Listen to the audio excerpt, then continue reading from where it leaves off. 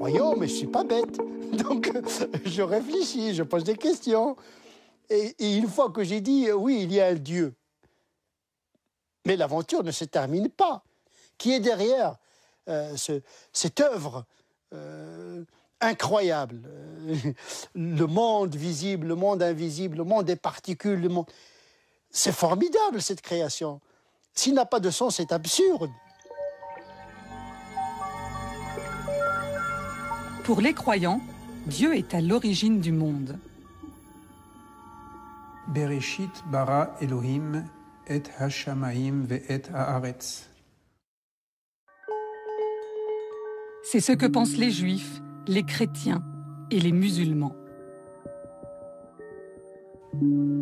Vayomer Elohim yehi or, vahi or. Mais croire en Dieu comme origine du monde, est-ce encore possible aujourd'hui? Est-ce compatible avec la science et ses découvertes? Avec la raison? Peut-on encore penser que le monde a été créé en 7 jours, comme c'est écrit dans la Genèse? Alhamdulillahi alladhi khalaqa as-samawati wal arda wa ja'ala adh-dhulumati wan nur.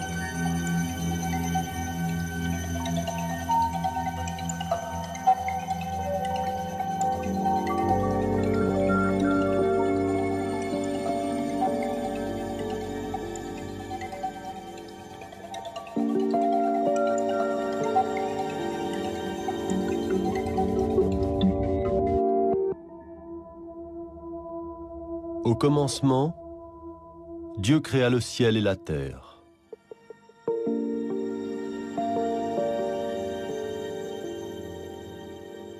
Voilà les tout premiers mots de la Genèse, le tout début de l'Ancien Testament. Dans le premier chapitre, l'on nous raconte comment le monde est né, comment la vie est apparue sur terre. Car au début, à part Dieu, il n'y avait pas grand-chose. Dieu crée d'abord le ciel et la terre, les éléments, les végétaux, les animaux. Et pour finir enfin, en dernier, l'homme. Tout cela en 6 jours. Car le 7e, Dieu se reposa.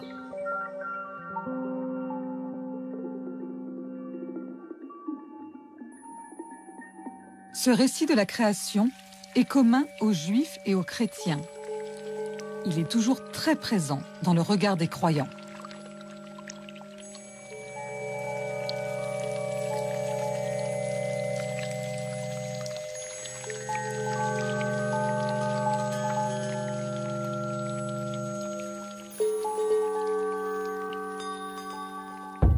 C'est un texte, comment trouver, qui provoque une germination à l'intérieur de soi-même. C'est-à-dire c'est un texte vis-à-vis duquel on se confronte. Si vous reprenez la Genèse, c'est ça, c'est d'abord, on nous invite à regarder le monde, à regarder la diversité du monde, la beauté du monde, les grands luminaires, le soleil, la lune, les étoiles, de regarder les plantes, la multiplicité. Donc c'est une invitation à regarder, une invitation à se regarder, donc à nous regarder nous-mêmes, dans cette étrange humanité que nous sommes, la difficulté de nos relations entre nous, c'est déjà dans la Genèse, tout de suite. Donc ce sont des récits pédagogiques, j'allais dire. Ces textes, en réalité, enfin, d'une certaine façon, sont pré-scientifiques. On va essayer de comprendre que les choses n'ont pu exister que dans un certain ordre. C'est-à-dire, il ne peut pas y avoir de vie s'il n'y a pas de lumière, d'abord. Il ne peut pas y avoir de vie si on ne sépare pas les eaux d'en haut, les eaux d'en bas, si on ne sépare pas la terre de l'eau, si on ne fait pas d'abord surgir la nature, les arbres, l'herbe, pour que les animaux puissent surgir. Et ensuite, quand tout était mis en place progressivement, au gré des jours, eh bien, à ce moment-là, l'être humain peut surgir. La Genèse est-elle un récit pré-scientifique? Ce qui est troublant, c'est que Dieu crée d'abord l'univers, la vie, puis l'homme. dans le bon ordre, enfin, dans l'ordre de la science. Peut-être parce que les auteurs de la Genèse ont été inspirés par des civilisations très évoluées, notamment par les Assyro-Babyloniens, un peuple du Proche-Orient au 2e millénaire avant notre ère. Ces hommes observaient le ciel, connaissaient les étoiles et répertoriaient les éclipses du soleil. Ils avaient aussi leur propre récit de commencement, des récits mythiques où l'on racontait déjà que le monde avait été créé en 7 jours.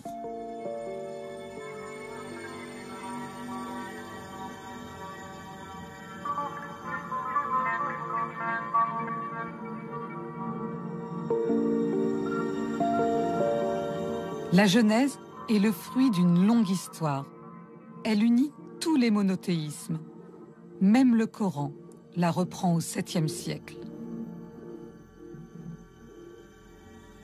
C'est ce récit de la création qui va nous servir de guide.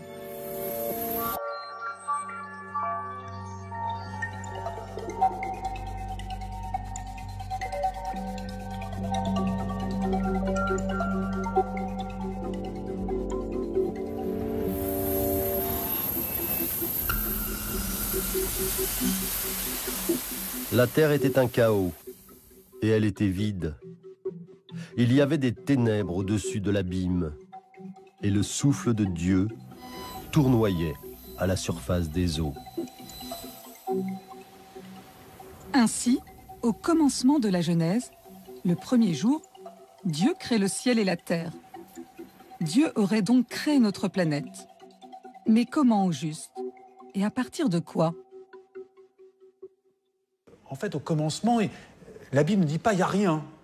Elle dit « Dieu commence à organiser quelque chose ». Il y a un vaste chaos, tohu-bohu. C'est le mot hébreu qu'on le connaît aujourd'hui en français. Un vaste chaos, un bric-à-brac, on pourrait dire, dans lequel Dieu organise ce bric-à-brac. Oui, il y a des passages dans le Coran qui laissent entendre que, à l'origine de notre monde tel que nous le connaissons aujourd'hui, le monde physique, à l'origine, il y avait une masse compacte, ratq. C'est voilà le mot utilisé par le Coran. Et puis, il y a une fissuration, fatq. Voilà le deuxième terme utilisé par le Coran. Donc, et puis, il y a la séparation entre le soleil et la terre et la lune. Dieu dit que la lumière soit, et la lumière fut. Un chaos originel, une obscurité d'où aurait jailli la lumière, puis la vie.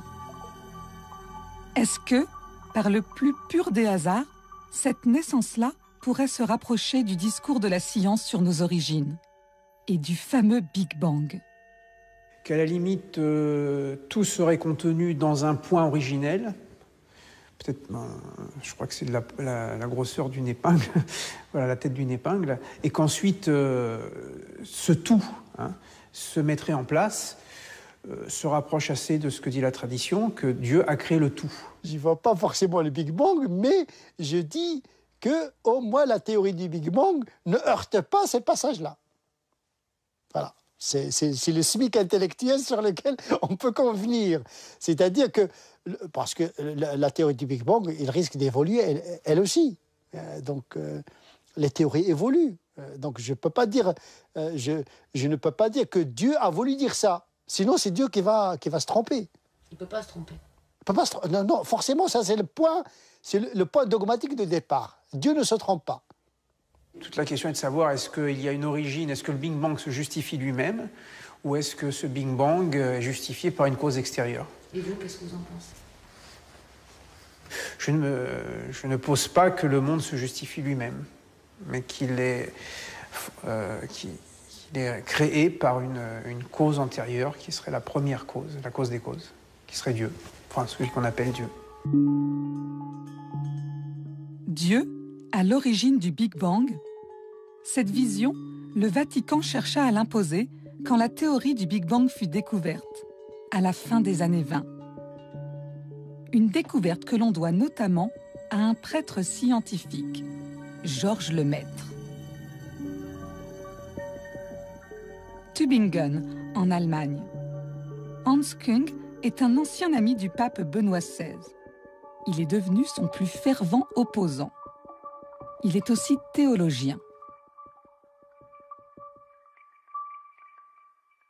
Je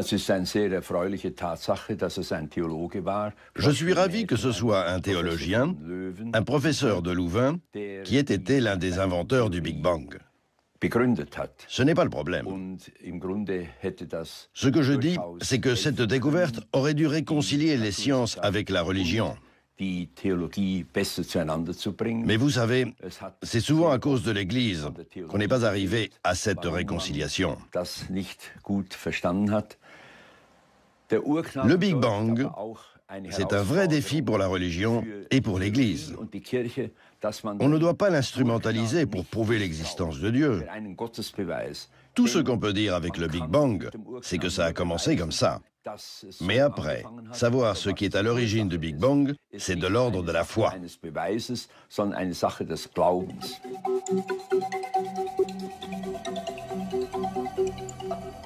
Aujourd'hui, l'Église semble avoir réglé son problème avec le Big Bang. Selon la version officielle de l'Observatoire astronomique du Vatican,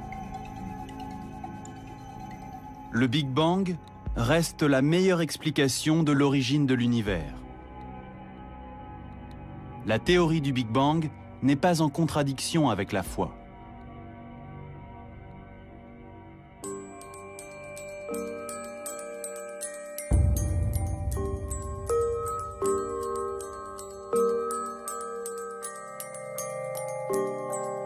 Dieu appela la lumière jour, et il appela les ténèbres nuit. Ce fut le premier jour.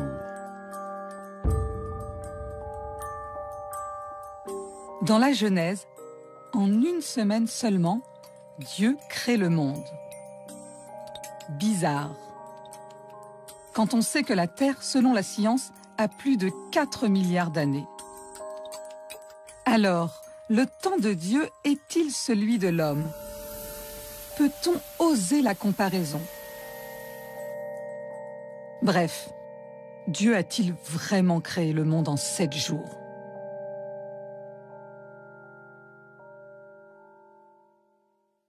Dans le mot « jour », il y a déjà une sorte de relativité par rapport au temps. Ça peut désigner, disons, les 12 heures d'une journée, comme ça peut désigner toute une période de milliers d'années. C'est pourquoi ces questions de datation, du point de vue de la foi, c'est mon point de vue, encore une fois en référence à d'autres penseurs, n'est pas un problème fondamental.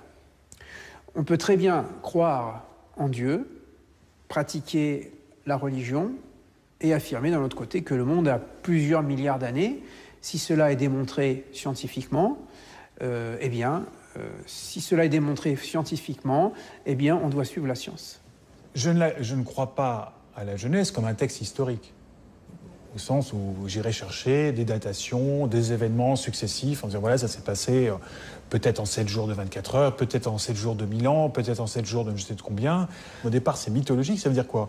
Ça veut dire que des gens avant moi ont essayé de comprendre quelque chose de leur existence, de l'existence du monde, et l'ont mis sinon en musique, du moins en histoire.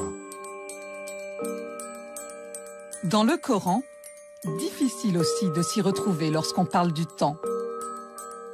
Parfois, il est dit que la terre et les cieux ont été créés en 6 jours. D'autres fois, que la terre a été créée en 2.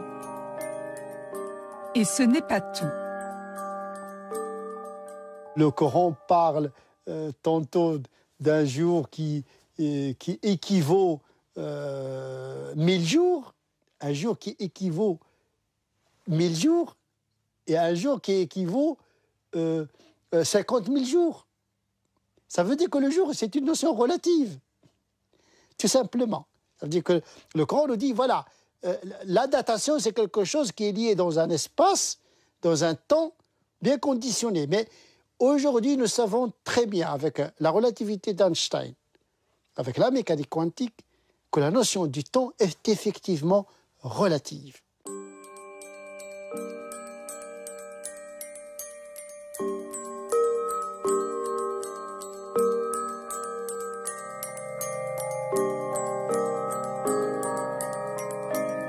Dans la Genèse, Dieu crée pendant 6 jours.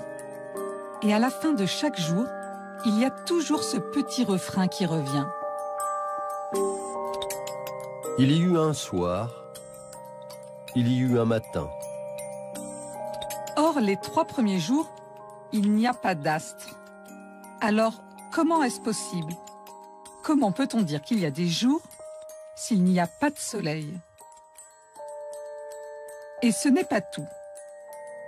Exemple, avec la création des plantes, le 3e jour. Je me rends compte que les plantes ont été créées le 3e jour et que la lumière du soleil a été créée le 4e jour, selon le texte biblique. Je me pose des questions par rapport à l'action chlorophyllienne, parce que pour qu'il y ait des arbres, il faut qu'il y ait un soleil. Or, le soleil et les astres ont été créés après. Ce qui veut dire que, de mon point de vue, l'écriture du récit biblique ne suit pas la chronologie de l'apparition de la vie. Les plantes, créées alors qu'il n'y a pas de soleil, cela fait partie des incohérences scientifiques que l'on relève aujourd'hui dans la Genèse. Mais pendant des siècles, sa lecture, c'est vrai, n'a pas heurté les connaissances scientifiques.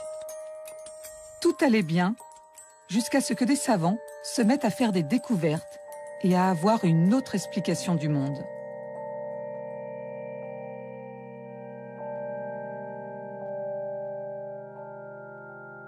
Ce fut le cas de Copernic. Astronome, mais aussi homme d'église. À l'époque de Copernic, au XVIe siècle, on croyait fermement que la Terre était immobile, qu'elle était au centre du cosmos. Copernic démontra l'inverse. La Terre tourne non seulement autour d'elle-même, mais elle tourne aussi autour du Soleil. La Terre, une planète parmi d'autres. L'homme, une poussière d'étoiles. Inimaginable pour l'Église.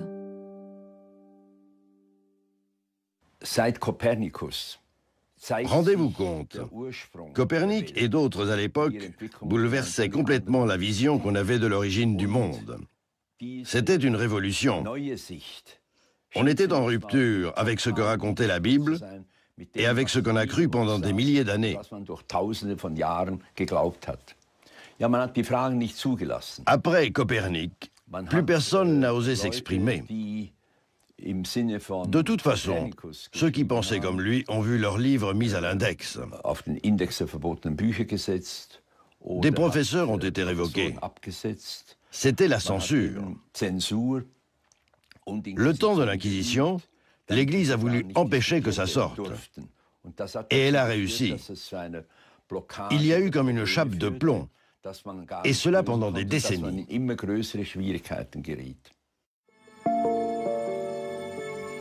Dans le monde musulman, entre le 8e et le 10e siècle, il y eut aussi de grands débats, quand les observations scientifiques allaient à l'encontre du discours religieux.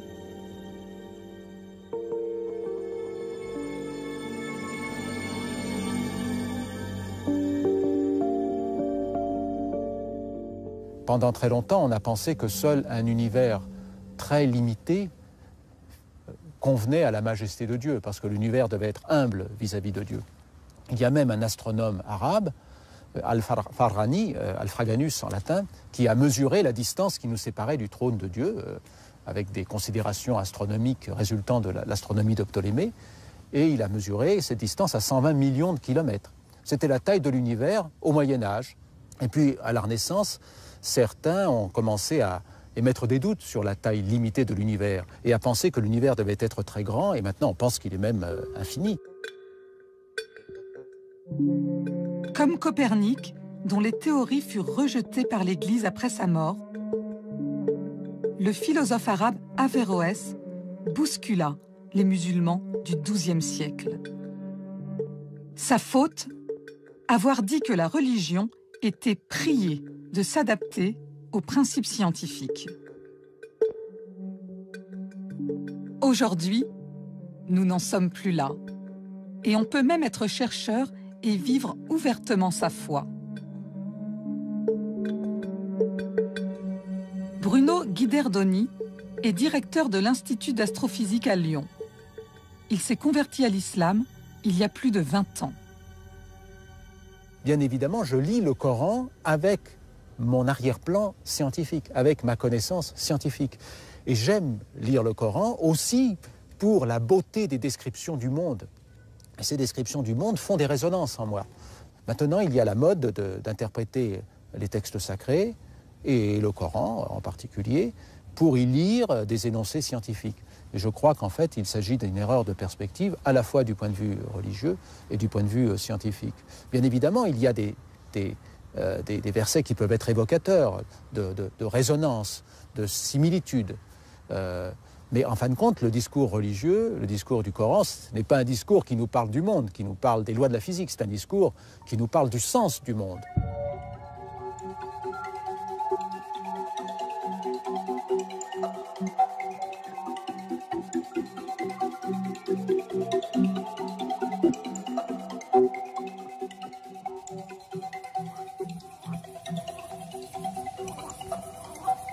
Dans la Genèse, après le ciel, la terre, les éléments et les végétaux, Dieu donne naissance aux animaux. Nous sommes le 5e et le 6e jour. Dieu fit les animaux selon leur espèce, et il vit que cela était bon. Dans la Genèse, Dieu passe son temps à ordonner, à classer. Pour les animaux, il fait bien attention à les séparer les uns des autres. Il distingue, par exemple, les animaux qui vivent dans l'eau de ceux qui sont sur la terre, de ceux qui vivent dans le ciel. Une bonne fois pour toutes, chaque chose a sa place.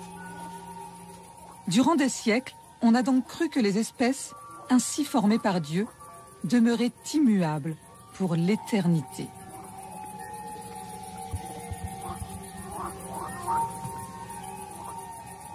Le coup de tonnerre, c'est Darwin.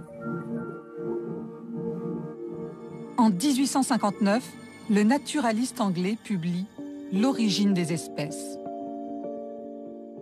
Et les théories qu'il développe vont à l'encontre du récit biblique. Pour lui, les espèces descendent les unes des autres et elles sont loin d'être stables. Elles évoluent en s'adaptant aux contraintes de leur milieu.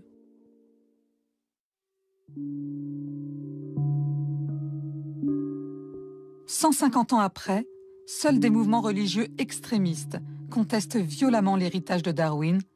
Ce sont les créationnistes.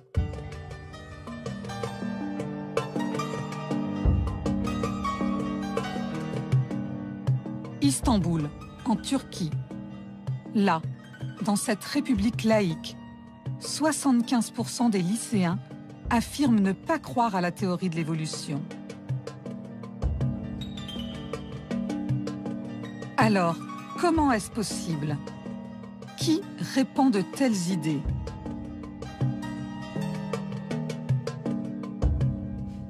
Eh bien, Harun Yahya, par exemple.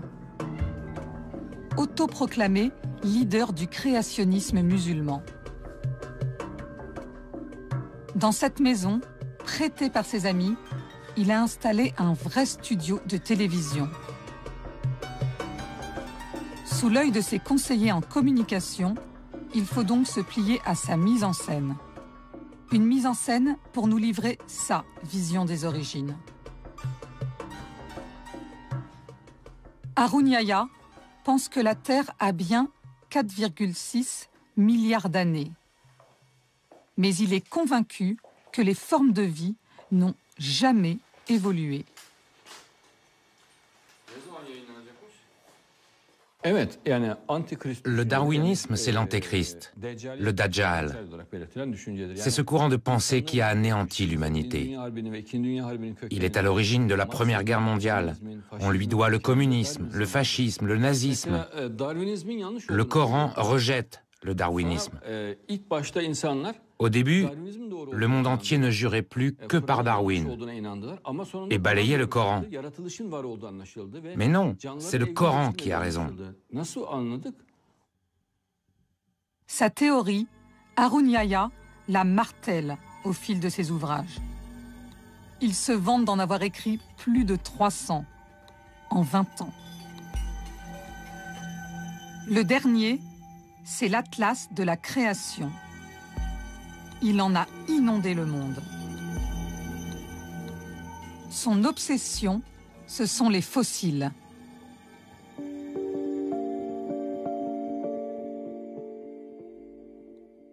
Il en choisit de très vieux et les compare aux espèces actuelles.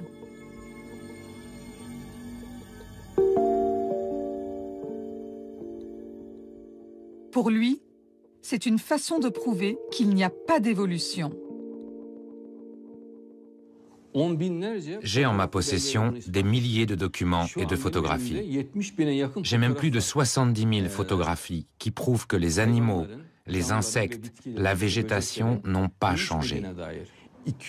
Aujourd'hui, il y a entre 250 et 300 millions de fossiles. Eh bien, aucun fossile intermédiaire n'a été trouvé. Vous travaillez avec des scientifiques? Oui, c'est vrai, j'ai autour de moi une trentaine de scientifiques. Est-ce que ça vous donne une crédibilité, vous justement qui n'êtes pas un scientifique? Non, non, ça n'a rien à voir. Pas besoin d'être un scientifique. Même un gamin peut comprendre ça. Vous savez, je suis un homme de principe. Ce que je cherche tout simplement, c'est la vérité. La vérité, c'est qu'aujourd'hui, il y a bien des fossiles qui prouvent l'évolution. Effectivement, Harun Yahya n'est pas un scientifique, mais un prédicateur au parcours sulfureux qui bénéficie de moyens importants sans que l'on sache très bien d'où provient sa fortune.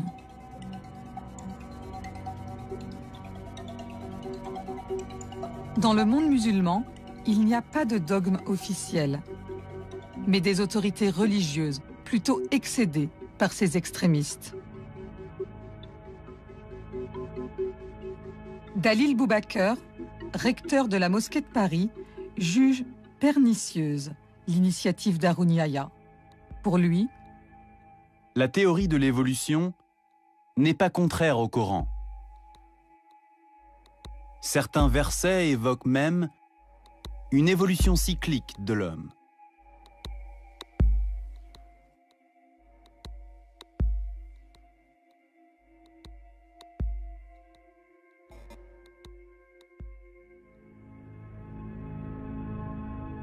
Darwin ne s'intéressa pas qu'aux animaux. Il s'intéressa aussi à l'homme. Et il le raccorda à toute une lignée. Et là, il le dit lui-même, c'est comme s'il avait commis un meurtre.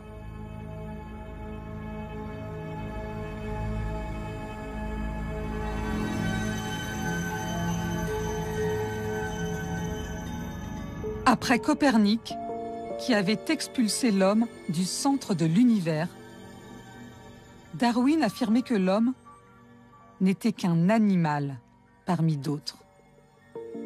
Et là, il toucha au sacré. Parce que l'homme, c'est le couronnement de la création, le couronnement de la Genèse.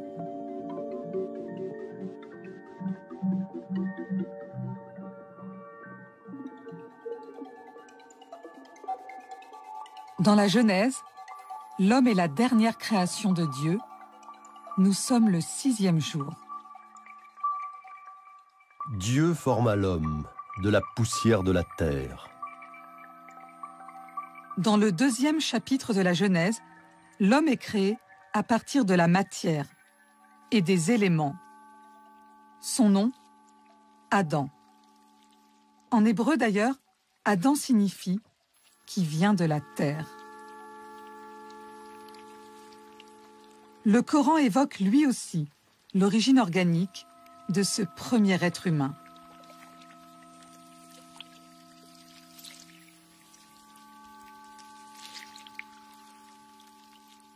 Pour la création de l'être humain, il est parlé d'argile, d'eau, d'une goutte de sperme qui a été déposée à un moment donné. Mais dans la Genèse telle que considérée par l'islam, on n'entre jamais dans le détail. La question notamment de la création des espèces était nimbée de pudeur. Dans la Genèse, l'homme est l'ultime création. Un être tout de suite évolué. On pourrait dire parfait. Il est même écrit qu'il est créé à l'image de Dieu. Dieu créa l'homme à son image. À l'image de Dieu, il le créa.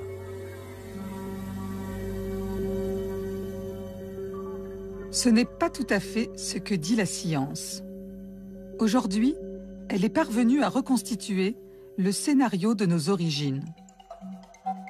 Et elle dit que l'évolution de l'homme est semblable à un arbre buissonnant dont les branches se seraient séparées les unes des autres. Un phénomène qui s'est produit sur des millions d'années, dans lequel interviennent le hasard, la contingence et la nécessité. Mais alors, peut-on croire à l'évolution quand on croit en Dieu? Et qu'en est-il du singe? Est-ce que l'homme de la Genèse a pu ressembler à un singe, avoir été un singe, comme le dit la science? L'islam n'a rien contre les singes. Peut-être les musulmans, ils ont des problèmes avec le singe, mais pas le Coran. Le singe, c'est un être humain. Je dis toujours aux musulmans, qui est le plus choquant? De venir de l'argile qui pue, hein, parce que le Masnoun, le Coran parle d'une argile qui sent mauvais, ou bien de descendre du singe. Au moins, le singe, c'est un être vivant évolué. Donc, le problème, c'est un faux problème, en mon sens. Que je descende de singe parce que Dieu aurait voulu que parmi tous les singes, il y ait un singe plus évolué qui se redresse et qui devienne un orang-outan avant de devenir un être humain. Franchement, ça ne me dérange pas si je devais descendre du singe. Ça n'enlève rien à la dignité de l'être humain, parce que finalement, qu'un singe soit capable aussi de devenir un homme et que cet homme soit capable d'aimer son prochain, je trouve que c'est une belle évolution et un beau miracle. Si maintenant l'homme est indépendant du singe et qu'il a été créé homme, eh bien, ça sera aussi le miracle de Dieu d'avoir créé parmi tous les êtres vivants et des singes et des hommes. En espérant que l'homme ne devienne pas trop singe aussi. Admis par la plupart des croyants, ce récit de notre évolution peut encore, parfois, heurter la foi. Moi, je pense que l'homme est une création vraiment spécifique, qui est créé par Dieu, qui est le fruit de la volonté, qu'il ressemble à certains mammifères existants, oui, bien sûr. Il n'a pas créé quelque chose qui était complètement en dehors du règne animal. Mais, à mon sens, il n'est pas un singe supérieur par mutation, simplement. Vous n'allez pas me dire que vous ne trouvez pas le singe particulièrement laid. Non, c'est pas vrai, je le trouve alors là, c'est désespérant. Si nous devions descendre de là et aller vers une espèce encore inconnue, je ne dirais pas autant se suicider, mais autant désespérer, en tout cas, du paradis et de l'enfer et de toute idée de salut.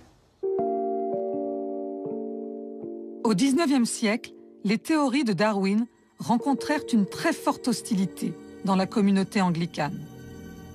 Et au-delà, au sein des églises chrétiennes. Aujourd'hui, il continue de faire débat au plus haut sommet du Vatican. Pour moi, la position du Vatican sur l'évolution n'est pas claire. Elle est même très ambiguë. D'un côté, l'Église ne peut pas s'opposer au fait que l'évolution se soit produite comme Darwin l'a décrite. Mais de l'autre, elle ne peut pas s'empêcher de glisser en douce des arguments théologiques pour ne pas aller totalement à l'encontre de ce qu'elle a dit des siècles durant. Les autorités de l'Église sont bel et bien ambiguës. Pour le pape Benoît XVI, nous ne sommes pas le produit accidentel et dépourvu de sens de l'évolution. Chacun de nous est le fruit d'une pensée de Dieu.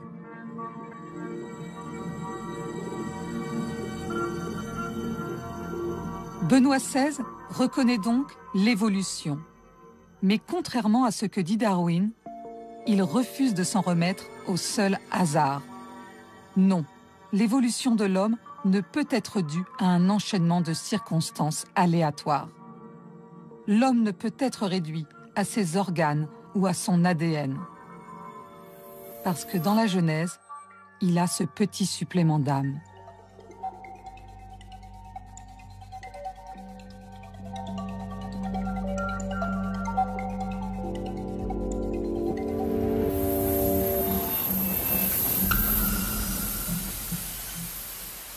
Dans la Genèse, Dieu crée l'homme avec de la terre.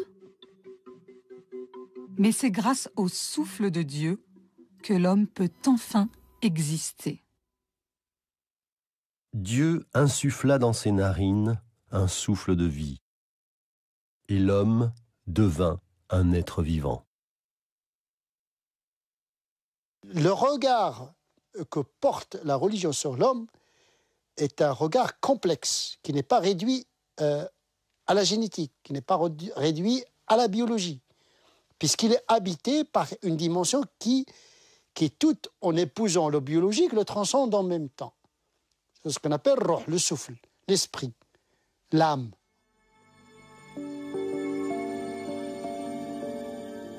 L'âme, un concept qui semble unir tous les croyants.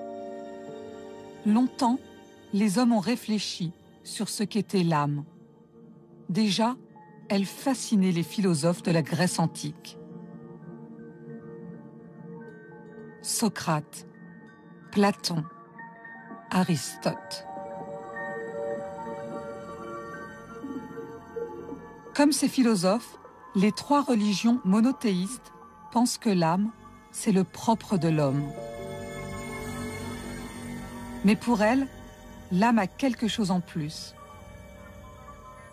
Elle unit définitivement l'homme à Dieu. Et pour les croyants, c'est vraiment inaliénable.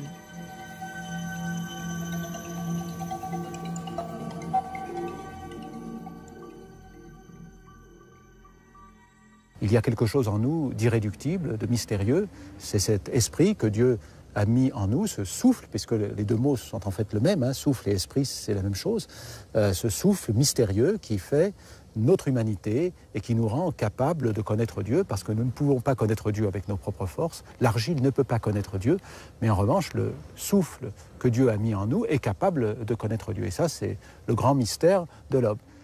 Le surgissement de l'homme, pour moi, c'est, je dirais, après Dieu, c'est le deuxième mystère, si je peux me permettre d'être aussi schématique. Mais c'est vrai que dans la création, employons ce mot pour parler de l'univers, etc., je crois que, enfin, pour moi, personnellement, la grande affaire, la grande question, c'est l'homme, quoi. Ça, c'est l'être humain, quoi. Et naturellement, on retrouve là toujours les vieilles questions, c'est-à-dire à la fois cet être, comme dit le psaume 8, parce que dans les psaumes, il y a des récits de création, de toute façon. Quand le psalmiste demande à Dieu, mais qu'est-ce que c'est que cet être humain que tu as fait? Et il ajoute, tu l'as fait à peine moindre qu'un Dieu. Et tu as mis tout sous ses pieds. Et on voit bien, ce psalmiste, il se pose des questions. Il dit, il y a quelque chose avec l'homme, quelque chose d'étonnant. qui est presque de l'ordre du divin, mais qui est l'homme et aussi qui écrit ses tragédies, qui fait ses tragédies. Pour moi, c'est ça le second mystère. Et c'est là où le doute aussi peut venir. Et si un jour, la science était capable de percer les mystères de l'âme? Ou pire, si elle démontrait, au bout de son scalpel, que l'âme n'existe pas? Là, elle toucherait au fondement même de la foi et franchirait probablement la dernière frontière. Dieu créa l'homme à son image. À l'image de Dieu, il le créa.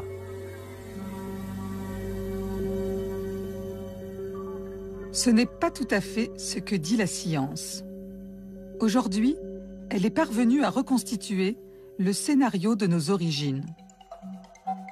Et elle dit que l'évolution de l'homme est semblable à un arbre buissonnant dont les branches se seraient séparées les unes des autres. Un phénomène qui s'est produit sur des millions d'années, dans lequel interviennent le hasard, la contingence et la nécessité. Mais alors, peut-on croire à l'évolution quand on croit en Dieu? Et qu'en est-il du singe? Est-ce que l'homme de la Genèse a pu ressembler à un singe, avoir été un singe, comme le dit la science?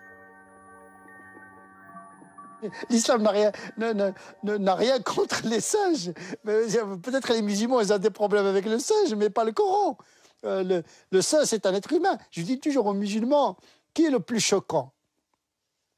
De venir de l'argile qui pue, hein, parce que le Masnoun, le Coran parle d'une argile qui sent mauvais, ou bien de descendre du singe. Au moins le singe... Le temps de l'Inquisition, l'Église a voulu empêcher que ça sorte. Et elle a réussi. Il y a eu comme une chape de plomb, et cela pendant des décennies.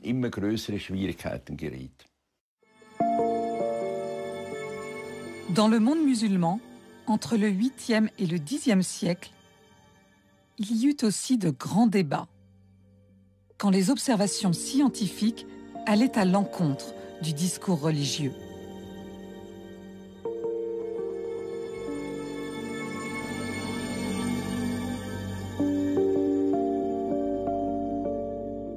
Pendant très longtemps, on a pensé que seul un univers très limité convenait à la majesté de Dieu, parce que l'univers devait être humble vis-à-vis de Dieu.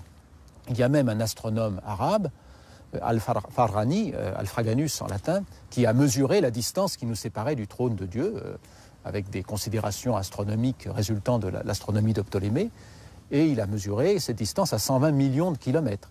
C'était la taille de l'univers au Moyen-Âge. Et puis, à la Renaissance, certains ont commencé à émettre des doutes sur la taille limitée de l'univers et à penser que l'univers devait être très grand, et maintenant on pense qu'il est même infini. Comme Copernic, dont les théories furent rejetées par l'Église après sa mort, le philosophe arabe avait... Rendez-vous compte, Copernic et d'autres à l'époque bouleversaient complètement la vision qu'on avait de l'origine du monde. C'était une révolution. On était en rupture avec ce que racontait la Bible et avec ce qu'on a cru pendant des milliers d'années. Après Copernic, plus personne n'a osé s'exprimer. De toute façon, ceux qui pensaient comme lui ont vu leurs livres mis à l'index. Des professeurs ont été révoqués. C'était la censure. Le temps de l'Inquisition, l'Église a voulu empêcher que ça sorte. Et elle a réussi. Il y a eu comme une chape de plomb, et cela pendant des décennies.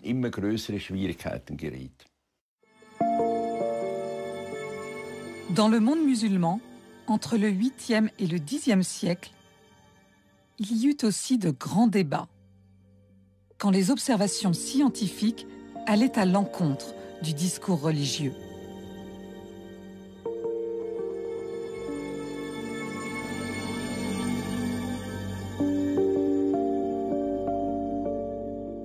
Pendant très longtemps, on a pensé que seul un univers très limité...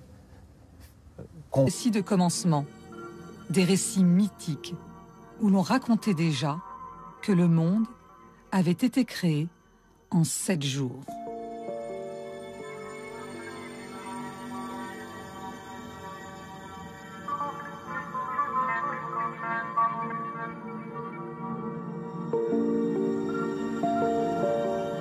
La Genèse est le fruit d'une longue histoire.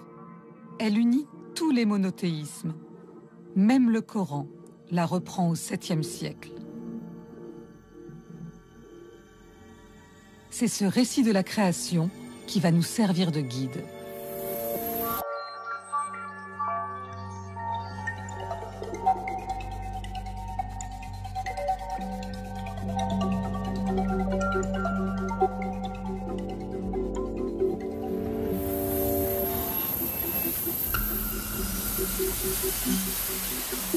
La terre était un chaos, et elle était vide. Il y avait des ténèbres au-dessus de l'abîme, et le souffle de Dieu tournoyait à la surface des eaux. Ainsi, au commencement de la Genèse, le premier jour, Dieu crée le ciel et la terre. Dieu aurait donc créé notre planète. Mais comment au juste? Et à partir de quoi?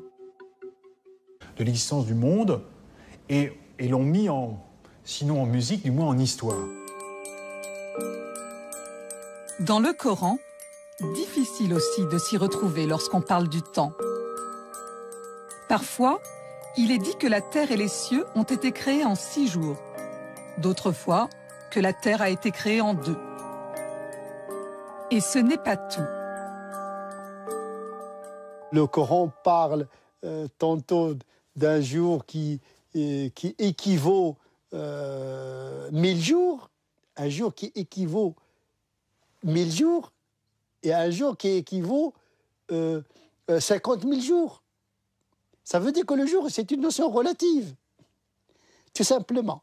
Ça veut dire que le Coran nous dit, voilà, la datation, c'est quelque chose qui est lié dans un espace, dans un temps bien conditionné. Mais aujourd'hui, nous savons très bien, avec la relativité d'Einstein, avec la mécanique quantique, que la notion du temps est effectivement relative.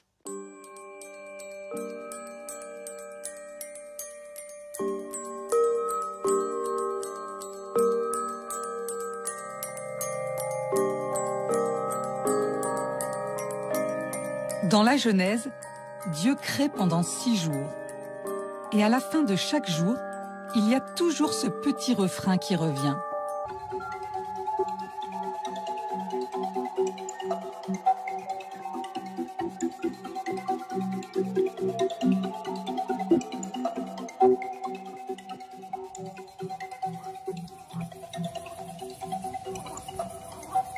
Dans la Genèse, après le ciel, la terre, les éléments et les végétaux, Dieu donne naissance aux animaux. Nous sommes le 5e et le 6e jour. Dieu fit les animaux selon leur espèce, et il vit que cela était bon. Dans la Genèse, Dieu passe son temps à ordonner, à classer. Pour les animaux, il fait bien attention à les séparer les uns des autres. Il distingue, par exemple, les animaux qui vivent dans l'eau de ceux qui sont sur la terre, de ceux qui vivent dans le ciel. Une bonne fois pour toutes, chaque chose a sa place. Durant des siècles, on a donc cru que les espèces, ainsi formées par Dieu, demeuraient immuables pour l'éternité.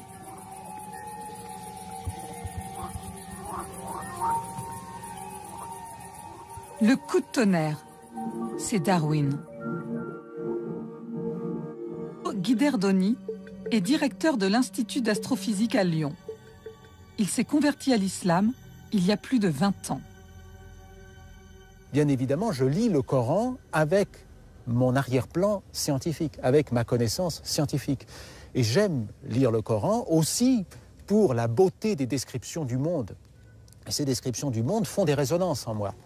Maintenant, il y a la mode d'interpréter les textes sacrés, et le Coran en particulier, pour y lire des énoncés scientifiques.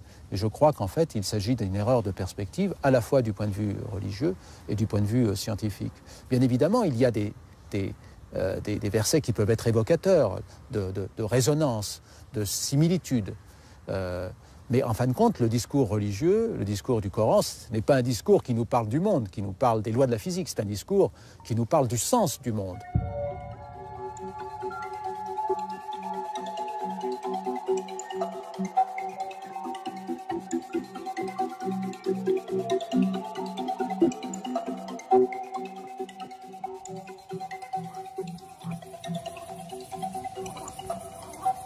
Dans la Genèse, après le ciel, la terre, les éléments et les végétaux, Dieu donne naissance aux animaux. Nous sommes le 5e et le 6e jour. La théorie du Big Bang, il risque d'évoluer elle aussi. Les théories évoluent. Donc je peux pas dire, je ne peux pas dire que Dieu a voulu dire ça. Sinon, c'est Dieu qui va se tromper. Il ne peut pas se tromper. Non, forcément, ça c'est le point dogmatique de départ. Dieu ne se trompe pas. Toute la question est de savoir, est-ce qu'il y a une origine, est-ce que le Big Bang se justifie lui-même, ou est-ce que ce Big Bang est justifié par une cause extérieure? Et vous, qu'est-ce que vous en pensez? Je ne pose pas que le monde se justifie lui-même, mais qu'il est créé par une cause antérieure qui serait la première cause, la cause des causes, qui serait Dieu. Enfin, celui qu'on appelle Dieu. Dieu, à l'origine du Big Bang, cette vision, le Vatican chercha à l'imposer quand la théorie du Big Bang fut découverte, à la fin des années 20. Une découverte que l'on doit notamment à un prêtre scientifique, Georges Lemaître. Tübingen, en Allemagne. Hans Küng est un ancien ami du pape Benoît XVI. Il est devenu son plus fervent opposant. Il est aussi théologien. Je suis ravi que ce soit un théologien.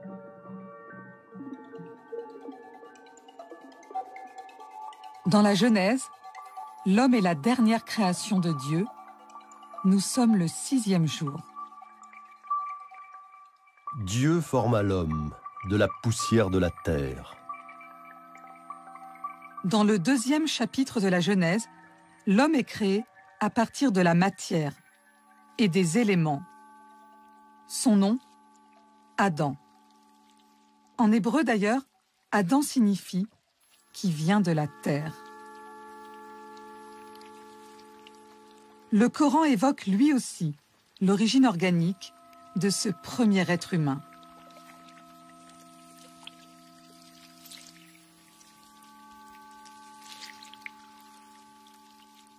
Pour la création de l'être humain, il est parlé d'argile, d'eau, d'une goutte de sperme qui a été déposée à un moment donné. Mais dans la Genèse telle que considérée par l'islam, on n'entre jamais dans le détail. La question notamment de la création des espèces était nimbée de pudeur. Dans la Genèse, l'homme est l'ultime création. Un être tout de suite évolué.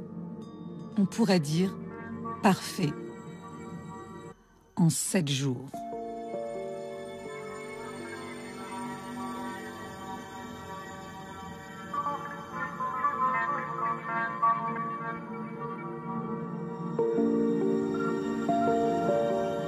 La Genèse est le fruit d'une longue histoire. Elle unit tous les monothéismes. Même le Coran la reprend au 7e siècle. C'est ce récit de la création qui va nous servir de guide.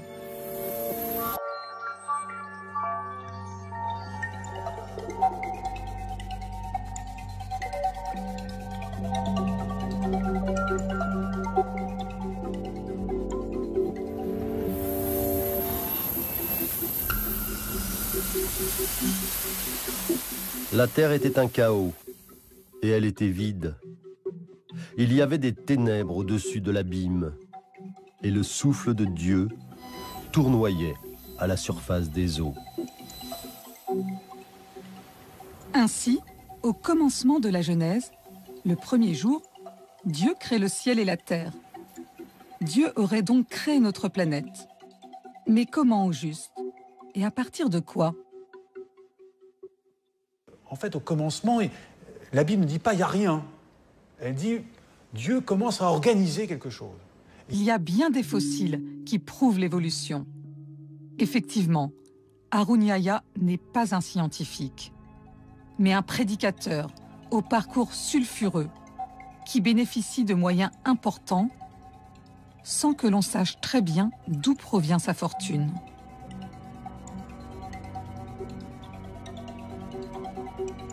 Dans le monde musulman, il n'y a pas de dogme officiel, mais des autorités religieuses plutôt excédées par ces extrémistes. Dalil Boubaker, recteur de la mosquée de Paris, juge pernicieuse l'initiative d'Harun Yahya. Pour lui, la théorie de l'évolution n'est pas contraire au Coran. Certains versets évoquent même une évolution cyclique de l'homme.